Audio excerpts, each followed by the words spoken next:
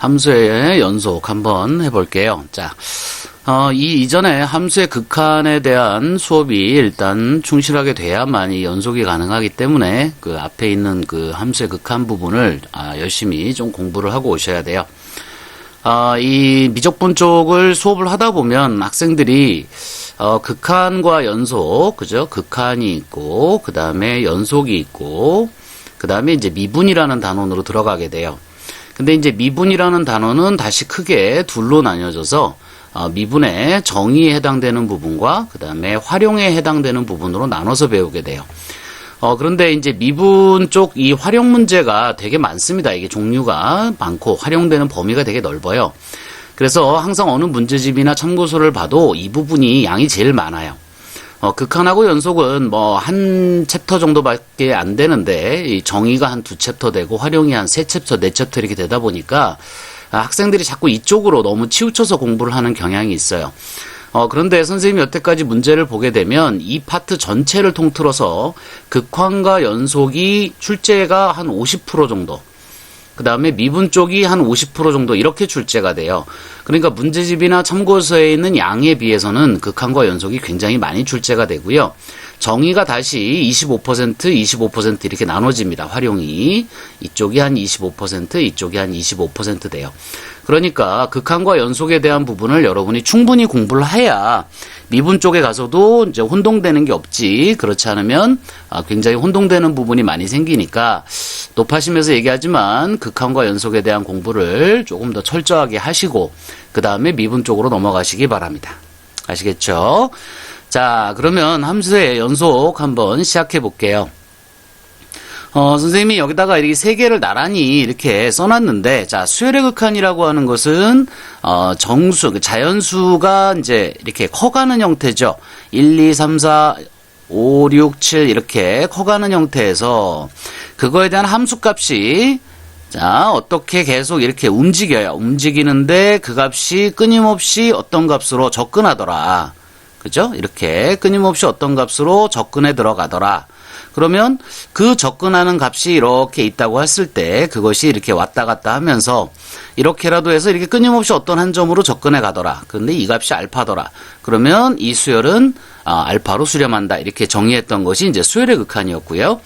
자, 그 다음에 함수의 극한이라고 하는 것은 어떤 함수가 이쪽에서 이렇게 오고 있는데, 자, 여기 a라는 값이 있고요. 자, 여기서 이제 이렇게 갔을 때, 자, a의 왼쪽에서부터 접근하는 형태. 그죠? 자, a의 왼쪽에서 접근할 때, 이 그래프를 따라서 좌극한은 이렇게 올라옵니다. 그죠? 그래서 요 값으로 이렇게 접근하는 요 값이 좌극한이고요.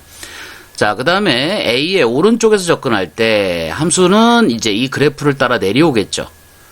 그죠? 그래서 요게 이제 우극한 값입니다. 그래서 좌극한과 우극한 값이 하나의 값에서 만나게 되면, 그죠? 이것을 극한값 알파라고 이야기를 하게 돼요. 자, 그런데 이때는 주의해야 될 점이 뭐였죠? 자, 이 점에서는 A점에서의 함수값하고는 무관하다는 거예요. 함수의 극한은. 그러니까 이런 경우에도 극한값은 알파가 됩니다. FA는 여기 있다고 하더라도, 극한값은 알파가 되는 거예요. 자, 이제 연속이라고 하는 것은 이 극한의 개념에서 하나 더 들어가게 되는데요. 자, 똑같은 뭐 그래프가 있다고 했을 때 여기가 A야. 자, 그러면 이제 극한은 여전히 이제 알파가 되겠죠. 자, 그때 함수값이 이렇게 떨어져 있다. 이 극한값과 함수값이 이렇게 떨어져 있다면 이것은 연속이 아닌 게 되는 거예요. 그래서 이 점에 함수값이 채워져 있어야 연속이 된다. 이런 얘기입니다. 그러니까 극한이 존재하고 그 값이 함수값하고 같을 때, 요 값이 FA가 될 때, 그죠? 자, 요때가 바로 연속이다. 이렇게 얘기하는 거예요. 선생님이 극한에서 설명을 했었는데, 자, 연속이라는 단어가, 우리말에서는 이렇게 늘어서 있다. 하나도 이렇게 쭉 늘어서 있는 걸 연속이라고 하지만, 영어에서는 이제 이 연속이라는 개념이 continuous라는 단어에서 나왔는데, 이 단어의 의미는 끊어지지 않는다라는 의미예요. 끊어지지 않는다라는 의미예요. 극한할 때 선생님이 한번 설명을 했었습니다. 그러니까 미국권 쪽에, 영어권 쪽에서 continuous 하다라는 얘기는 끊어지지 않는다는 뜻이에요. 자, 이 함수가 continuous 하다라는 것은 이 함수가 끊어지지 않는다라는 뜻입니다. 자, 그렇게 이해하시면 전체가 이렇게 이어져 있는 점에서 우리는 연속이다라고 정의를 해요.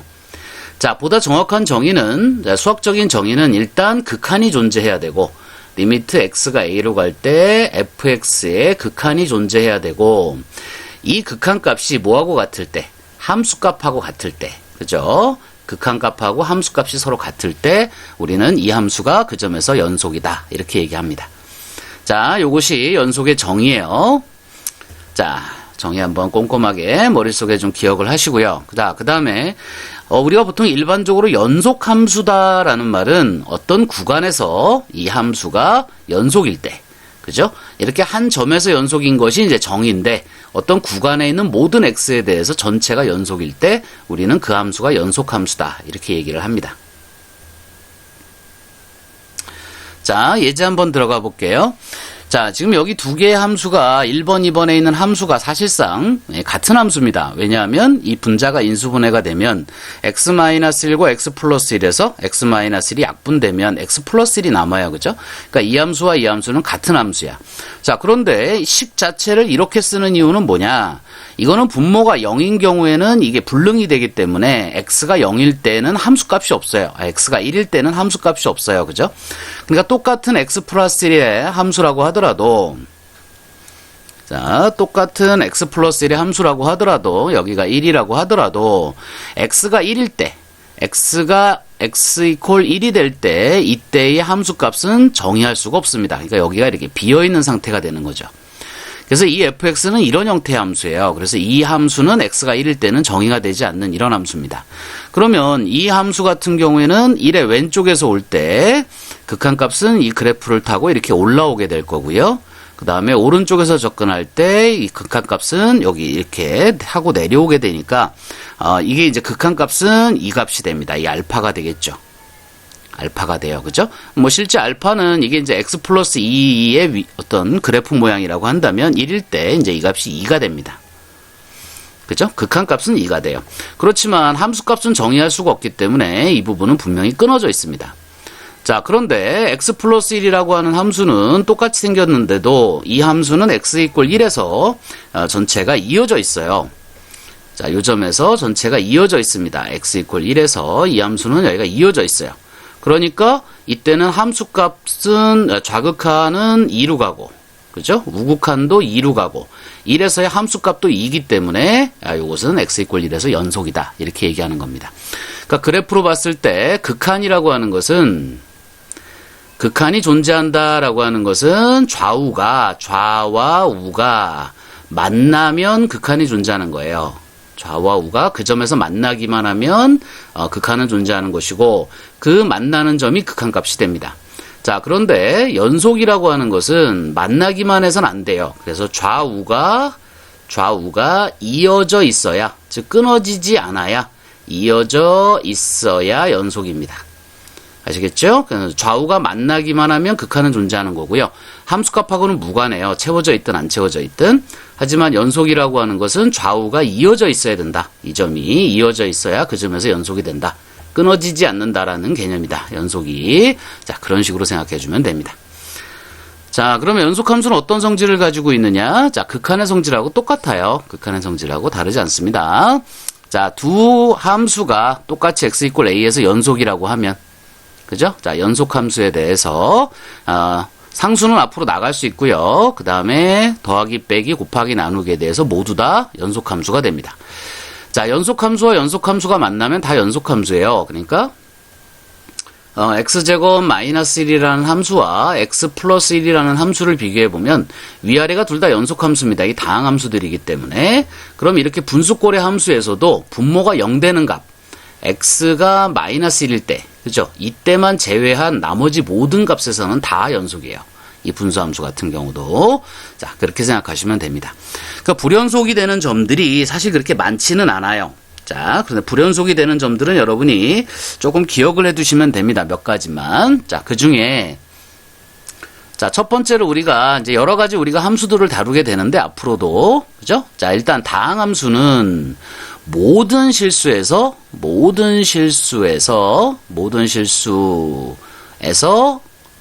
연속입니다. 모든 실수에서 연속이고요. 뒤에서 배우겠지만 역시 모든 실수에서 미분 가능해요. 그러니까 굉장히 다루기가 좋은 함수죠. 그죠? 그래서 우리가 앞에서부터 계속 다항함수 위주로 공부를 하고 있는 거예요. 자, 분수함수 같은 경우는 다른 점은 다 연속인데요. 분모가 0 되는 값이 있죠. 예를 들어서 C가 0일 때, 그죠? 분모가 0이 되는 값, 그때 x = C에서만 불연속입니다. 나머지는 전부 다 연속이에요. 분모가 0 되는 값에서만 불연속입니다. 자, 그 다음에 무리함수 같은 경우는 fx, 그러니까 루트 안에 들어있는 이것이 0보다 클 때, 0보다 크면 다 연속함수예요. 그렇지만 0보다 작을 때, 그죠? 이러한 x에 대해서는 불연속이 됩니다. 뭐 사실은 함수값이 없죠. 그죠? 자, 로그 함수 같은 경우는 원래 이제 로그의 뭐 조건에 따라서 이 x가 양수일 때만 연속이에요. 그러니까 x가 0보다 작아지거나 또는 0일 때, 이때는 불연속이 됩니다. 자, 지수함수는 x가 모든 실수에 대해서 연속이에요. 자, 모든 실수에서 연속입니다. 연속이고 마찬가지로 미분 가능해요. 그래서 우리가 앞으로도 이 다항함수하고 이 지수함수를 무지하게 많이 다루게 됩니다. 자, 그 다음에 미적분 2에서 나오는데요. 이 삼각함수도 모든 실수에 대해서 연속이고 미분 가능입니다. 자, 그러니까 아까 선생님이 불연속되는 점들에 주의하라 그랬는데, 자, 여기서 불연속이 되는 점은 분수함수, 그 다음에 무리함수, 그 다음에 로그함수 정도가 일부분의 어떤 그 불연속 부분을 가지고 있어요. 근데 그 중에서도 어떤 불연속인 점의 개수를 생각할 때는 특히 이 분수함수가 많이 출제가 됩니다. 자, 그렇게 머릿속에 정리를 좀 해주면 될 것 같아요. 분모가 0 될 때, 루트 안에가 음수가 될 때, 로그 D가 0보다 작거나 같을 때, 자, 이때 불연속이 된다는 거. 자, 이제 이번은요, 연속이 되는 x의 범위를 구하라는데요. 이건 다항함수죠. 그러니까 이것은 실수 전체가 됩니다. 실수 전체에서 연속이고요. 자, 이것도 다항함수죠. 2번도. 그러니까 실수 전체에 대해서 연속이에요. 자, 요거는 분모가 0이 아닌 값에 대해서만 연속이니까, 그죠? 그것만 빼주면 되겠죠. 그죠? 실수 전체에서 3만 차집합해준 요런 집합에 대해서 전체는 연속이 됩니다. 자, 요거 같은 경우도 분모가 0 되는 값이 두 개가 존재할 거예요. 그죠? 1, 2에 마이너스로 인수분해가 되니까 실수 전체에서 1과 2만 빼주면 나머지 요 구간에 대해서는 전부 연속이 됩니다. 자, 그 다음에 연속함수에서는 빼놓을 수 없는 큰 정리가 두 가지가 있는데요. 자, 첫 번째가 최대최소 정리예요. 자, 이거는 여러분이 외워두셔야 되고요. 특히 자연계 학생들은 논술 문제 다룰 때, 자, 논술 문제에서 최대최소 정리를 많이 사용합니다. 그러니까 요거는 요 글자 하나 빠지지 않고 몽땅 외워야 돼요. 자연계 학생들은, 자, 최대최소 정리, 그럼 바로 함수 fx가 닫힌 구간에서 연속이면 fx는 그 구간에서 반드시 최대값과 최소값을 갖는다. 요거를 반드시 외워둬야 됩니다. 알았죠? 자, 닫힌 구간, 요런 것은 A, B 구간이 요렇게 된 것을 우리가 열린 구간이라 그래요. 이렇게 A, B. 그러니까 A와 B를 포함하지 않은 요런 구간을 열린 구간이라고 합니다. 자, 그 다음에 한쪽이 이렇게 열려 있거나 닫힌 경우, 여기는 열려 있고 이쪽은 닫힌 경우, 그죠? 이게 뭐 반 열린 구간 이렇게 하고요. 한자로는 뭐 반 개폐 구간 뭐 이렇게 부르기도 합니다. 자, 그 다음에 양쪽이 다 포함되어 있는 구간, A에서부터 B까지인데 A와 B를 포함한 요 구간을 닫힌 구간이라고 불러요. 닫힌 구간. 그죠? 그래서 요렇게, 요건 이제 뭐 반 열린 구간 혹은 반 닫힌 구간 이렇게 되겠죠? 반 열린 구간. 자, 잘 쓰진 않는 말입니다. 반 열린 구간이라는 말은. 자, 어쨌든 열린 구간과 닫힌 구간은 우리가, 사용을 해요. 자, 그럼 이건 무슨 소리냐? 폐구간이 A에서 B 사이, A에서부터 B 사이에 이렇게 폐구간이 이렇게 있고요. 이 위에 어떤 함수가 있는데 그게 연속이랍니다. 자, 연속이라는 건 무슨 뜻이다? 끊어지지 않았다라는 뜻이에요. 그죠? 끊어지지 않았다라는 뜻입니다. 그러니까 A와 B 폐구간 위에서 어떤 함수가 끊어짐이 없이 가야 돼요. 그죠? 그러면 어떻게 생겼든지 간에 끊어짐이 없어야 된다는 얘기예요. 그러니까 뭐 예를 들어서 이렇게 갔다. 그죠? 그러면 A, B가 포함되어 있는 구간이기 때문에 양 끝점을 포함해서 그죠? 이렇게 생긴 어떤 곡선 형태 또는 뭐 직선 형태가 나타납니다. 그러면 반드시 이 안에는 뭐가 존재한다? 최대값과 최소값이 존재한다. 그죠? 자, 지금 여기 보시면 이게 최대값이 될 거고요. 그림상으로 여기가 최소값이 될 거예요. 그죠? 자, 그래서 반드시 최대 최소가 잡힌다라는 것이 이제 최대 최소 정리입니다. 어떻게 보면 아주 당연한 정리예요. 그죠?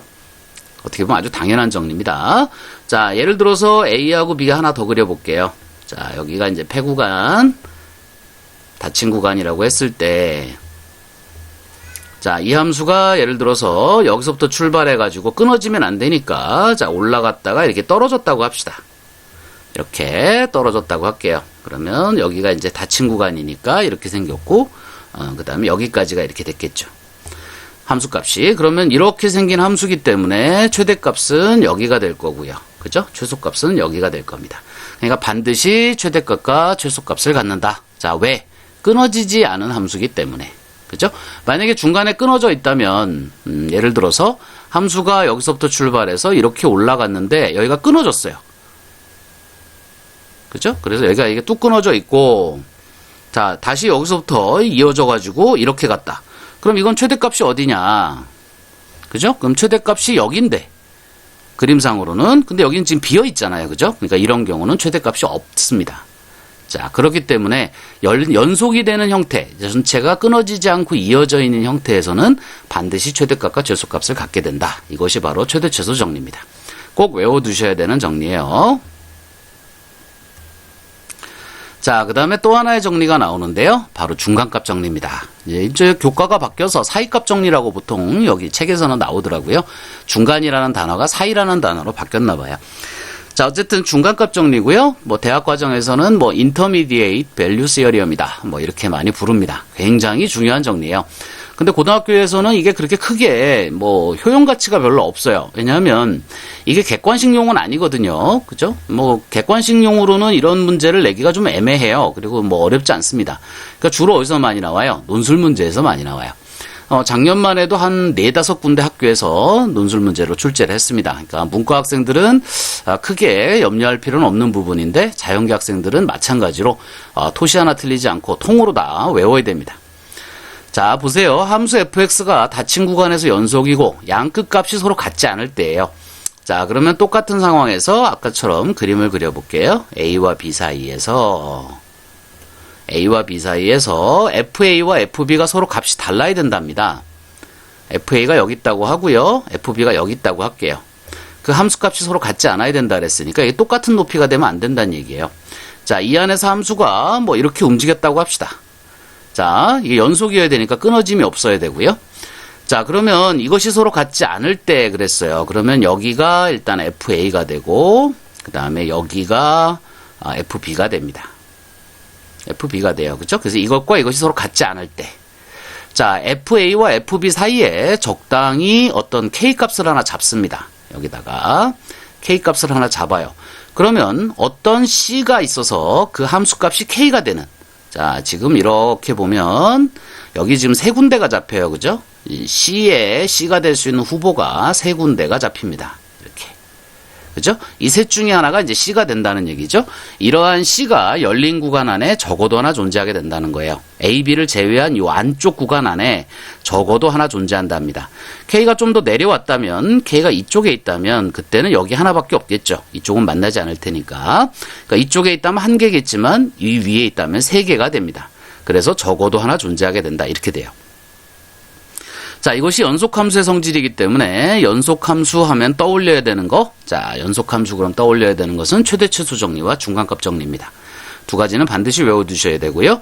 자, 이것이 존재한다라는 의미의 존재성 증명이에요. 자, 존재성에 대한 증명이기 때문에 이게 객관식에서는 문제 내기가 좀 힘들어요. 하지만 이 수학에서 굉장히 중요한 성질입니다. 존재하느냐 존재하지 않느냐는. 그래서 많이 쓰게 되니까 여러분들이 꼭 기억해 두시고요. 주로 어디서 많이 나오느냐면 근의 존재성, 그죠? 근. 어떤 방정식에 근이 존재하느냐?